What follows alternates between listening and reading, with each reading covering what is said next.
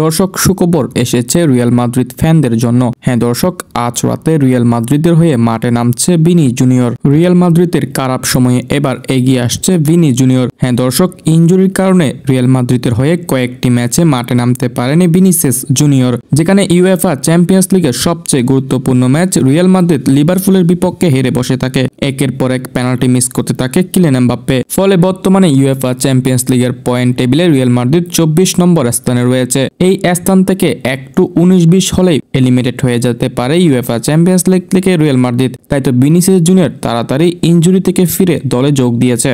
দর্শক, আজ রাত 2টা বাজে ইউএফা চ্যাম্পিয়ন্স লিগে রিয়াল মাদ্রিদ মুখোমুখি হবে ইতালির ক্লাব আটালান্টার বিপক্ষে। যে ম্যাচটি রিয়াল মাদ্রিদের জন্য অত্যন্ত গুরুত্বপূর্ণ। ম্যাচটি অবশ্যই জিততে হবে রিয়াল মাদ্রিদকে যদি পয়েন্ট টেবিলে তারা এগিয়ে আসতে চায়। তবে এই ম্যাচে একটি সুখবর পেয়েছে রিয়াল মাদ্রিদ। হ্যাঁ দর্শক, এই ম্যাচে মাঠে নামছে ভিনিসিয়াস জুনিয়র, যেটি নিশ্চিত করেছে রিয়াল মাদ্রিদের কোচ কার্লো আনচেলত্তি। দর্শক, কিছুদিন আগে লা লিগার ম্যাচে ভিনিসিয়াস জুনিয়র ইনজুরি হয়ে যায়। তখন রিয়াল মাদ্রিদের কোচ কার্লো আনচেলত্তি বলেছিলেন প্রায় 3 থেকে 4 সপ্তাহ মাঠের বাইরে থাকবেন ভিনিসিয়াস জুনিয়র, যেখানে আটলান্টার বিপক্ষে ম্যাচটি মিস করতে পারেন ভিনিসিয়াস জুনিয়র। তবে দর্শক, এটা আর হচ্ছে না। বিপদে দলের প্রয়োজনে এগিয়ে আসছে ভিনিসিয়াস জুনিয়র। তাই তো আটলান্টার বিপক্ষে ম্যাচটির আগে ফিট হয়ে উঠেছেন ভিনি জুনিয়র এবং ইতিমধ্যে রিয়াল মাদ্রিদের টিমের হয়ে ভিনিসিয়াস জুনিয়র এবং রদ্রিগোরা আটলান্টার হোম গ্রাউন্ডে পৌঁছে গেছে। রদ্রিগোর কিছুটা ইনজুরি থাকলেও তাকে অ্যাভেলেবেল রেখেছে আটলান্টার ম্যাচে রিয়াল মাদ্রিদের কোচ কার্লো আনচেলত্তি, কারণ রদ্রিগো এখন কিছুটা ইনজুরি কাটিয়ে ফিট হয়ে উঠেছে। তাই আশা করা যাচ্ছে